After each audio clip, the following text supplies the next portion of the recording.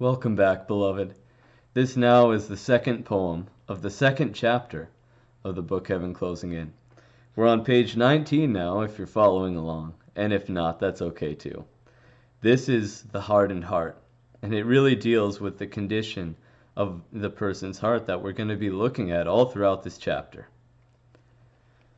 The hardened heart knows not its pulse still draws from vital breath. The hardened heart sees not the life within it, only death. The hardened heart knows only how to shield itself from all.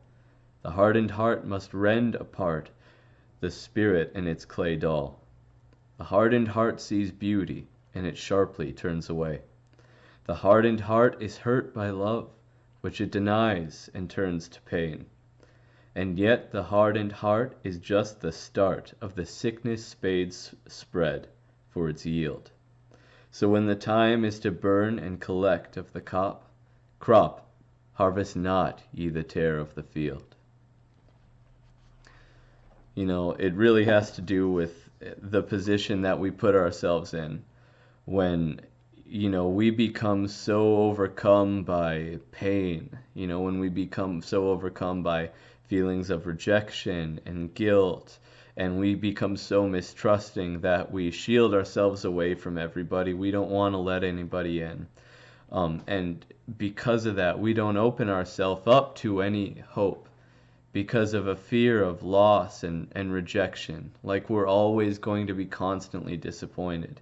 That also comes with a false recognition of your worth. Saying, I don't deserve anything, therefore I won't get anything because of who I am and what I've been, therefore I won't get my hopes up. My life won't amount to anything. My future won't amount to anything. So we shield ourselves up and shell ourselves off from God and from even ourselves and from other people. A lot of my life I spent shelling myself away from myself. The Bible says that the heart is deceptive above all things. It's really, I think I've said this before, but it's really taken me coming to Jesus and asking Him to reveal to me who I am.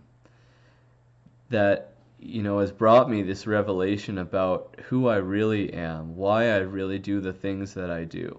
What are the deep things in my heart that cause me to think the way that I do. So I hope this is helpful and vital to you, beloved. We all have a lot of areas in our lives that, we need changing. We need something to happen so that we can be made whole and right in ourselves. But He who begun a good work in you will finish and complete it. And He'll continue to make you perfect in His image unto the perfect day when we're with Him at last forever. Be encouraged and know that you're loved, beloved. God bless you all.